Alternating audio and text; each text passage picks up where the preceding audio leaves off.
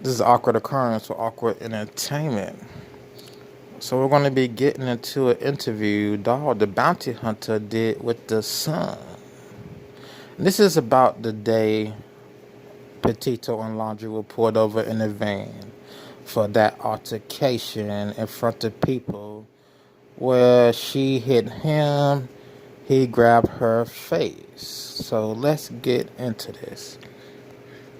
Chilling screams heard by vacationers as Brian Laundrie grabbed his girlfriend's mouth. So, Gabby Petito was heard yelling by nearby vacationers, and Brian Laundrie grabbed her mouth to keep her quiet. Dog the Bounty Hunter claims. The 68-year-old TV star alleged in the interview with The Sun that he knew Gabby was very verbal and that her fiance, okay, but he's not her fiance anymore. Before they went on this trip, they called off their engagement and they just stayed girlfriend and boyfriend. That's what Miss Petito's stepmom was saying in the interview. So just clearing that up. Dog Chapman believes Gabby was very verbal, that her boyfriend would physically keep her quiet.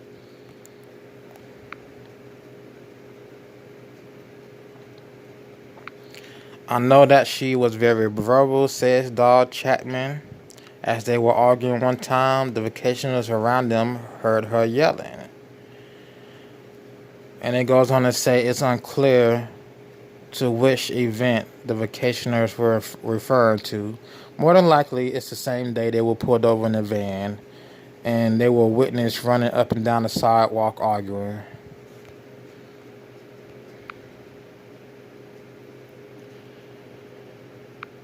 This goes into dialogue the couple had with the police that day. And this is still the bounty hunter interview with the Sun. But in this interview, it goes into dialogue the couple had with the police. I'm like, it states at the bottom, he just grabbed you. This is things the police was asking Gabby. Did he just grab you?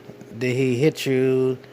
We're not saying you hit him. I understand if he hit you, but we just want to know the truth, says the officer. In the second paragraph, Brian, told me I needed to calm down. That would be Gabby Petito. But I'm relatively calm. I'm calm all the time. He really stresses me out. And this is a rough morning, she said. Let's continue. He really stresses me out, but you're still with him. You're 22, but you're still with him. You could have went back home to mom and dad in New York, but you're still with him. You still love him, like on the body cam footage. You cried for Brian Laundrie on the body cam footage when you said, we are a team, we are a team. I don't want to be separated. I have anxiety when I'm away from him. I'm paraphrasing that last part. She has anxiety when she's away from him, but that's clearly what she states in that body cam footage. Her anxiety would be due to her being away from Brian Laundrie. He told me I needed to calm down. I don't know what the argument was that day. I don't know none of their arguments. Maybe she did need to calm down because in the back of that police cruiser, she's not very calm. She doesn't seem like a very calm person when you get into when you try to communicate with her. You know, maybe she did something wrong that he didn't like, that no one would like personally as a couple being together, and she lost her cool. The couples fight all the time and go back to loving one another. Not physically fight, but they have verbal disagreements. It doesn't matter whose fault it is for the verbal disagreement, but it could be the man or the woman. It could be something the woman doing that she shouldn't be doing as a woman in a relationship, like a lack of communication.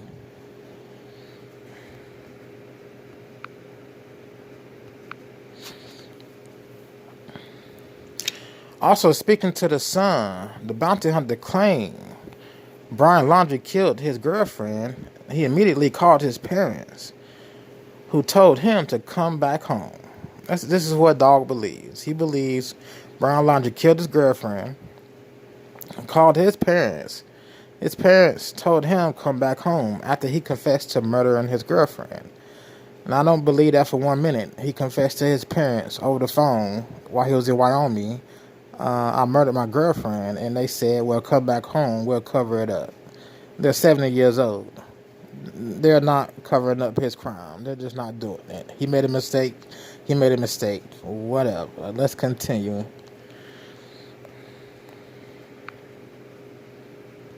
And people actually believe that parents are guilty of something without any evidence at all. No evidence at all. What evidence do you have that the parents are guilty of anything? Well, because they kept quiet. Or they didn't keep quiet. The lawyer does all the speaking for them. Just because they're not on their front lawn like Cassie Laundrie talking to protesters and other people in the media doesn't mean they're guilty of anything.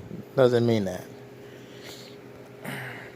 And there's nothing else to point to them helping aid and abet their son. There's nothing else pointing to them knowing about Gabby being missing and being dead. There's nothing.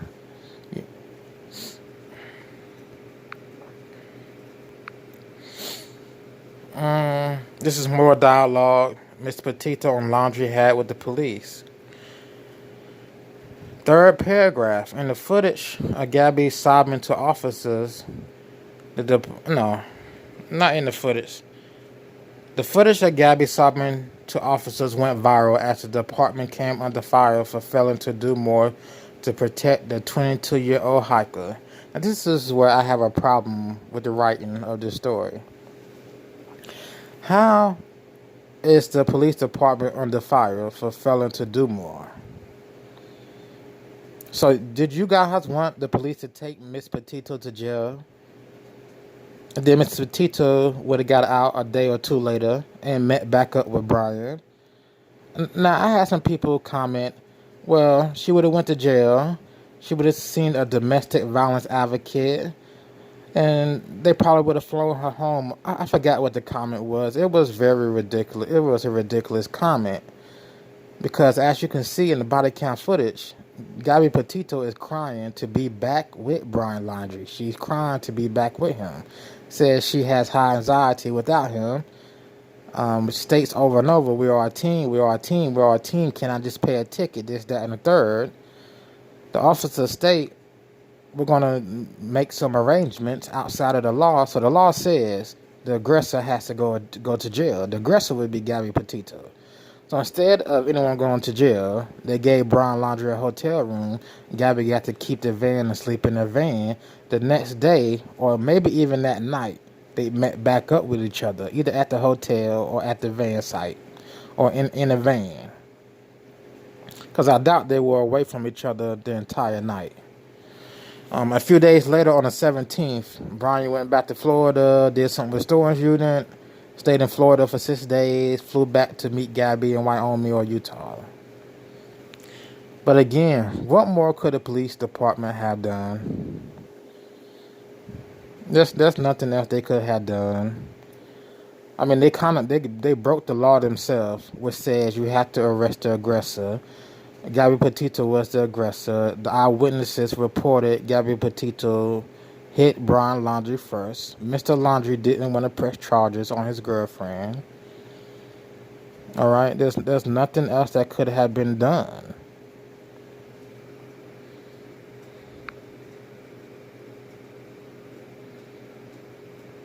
She wasn't going to jump on a plane and go home to New York. She wasn't going to do none of that.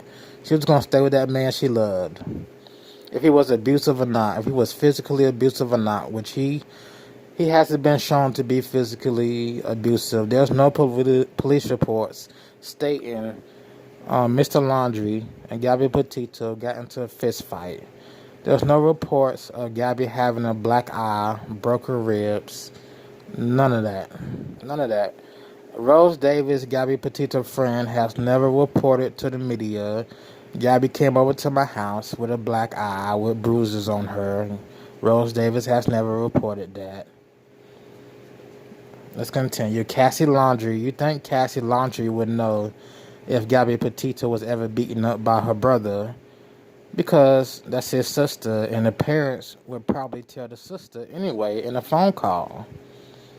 So there's no signs of physical abuse ever by Brian Laundrie. Besides that day when he put his face on her mouth, put his hands on her mouth to keep her from shouting. But that barely constitutes physical abuse.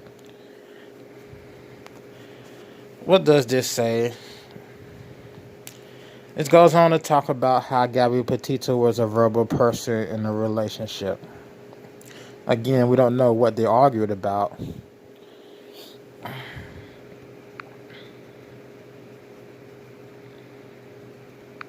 Alright, this is going to talk about Dog the Bounty Hunter and what he found on Brian's Facebook. This is the same stuff people found on his Instagram. Those demonic, dark theme, one eye, symbolism photos. And other photos of angels with blood. Demonic angels with blood. Fallen angels, demonic angels are called demons. So we know that. Or devils or demons. But back to this body cam footage. I want to speak more on that body cam footage and that day event, those days of events. So Miss Petito hit Mr. Laundrie. People continue to claim Brian was the aggressor. What else? Police department couldn't have done more. The police department did everything outside of the law to not arrest Gabby Petito. Things wouldn't have been different. Miss Petito would have met back up with Mr. Laundrie. They would have continued on to Wyoming, and she would have been killed however she was killed, either by suicide or a homicide by a stranger. Because I honestly don't believe Mr. Laundrie killed his girlfriend. For what reason? Or because we got into an argument, I killed her. Like, really? Mr. Laundrie, Miss Petito shared the same interests, the same dark theme interests. Because if you go on her profile, Pinterest, you will see a lot of photos depicting depression. You'll see some ghostly cartoons, same as Brian has. What else? What else? That's really it. Because I was in a chat room. Last night, and I was pointing out those days that Petito was the aggressor. That there's no evidence Brian ever laid a hand on Gabby.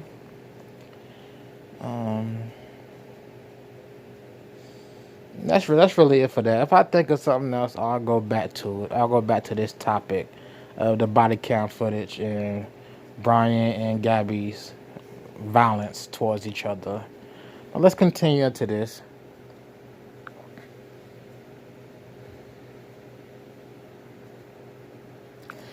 Now all this states is Dog the Bounty Hunter went online to Brian Laundrie's Facebook and he saw some demonic pictures. This is all this is really about, people.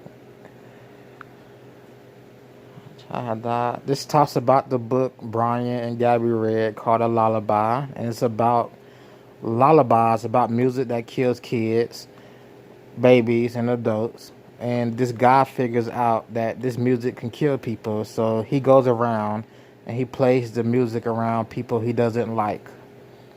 I guess he's not. I never read the book. They should make a movie out of it. I will watch this movie.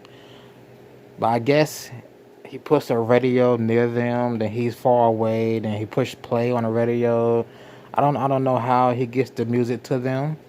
I don't know how he's not affected by the music himself because I haven't read the book. But it's about a murderer who uses supernatural means to kill people. Because it would be very supernatural to use your lullabies to kill people.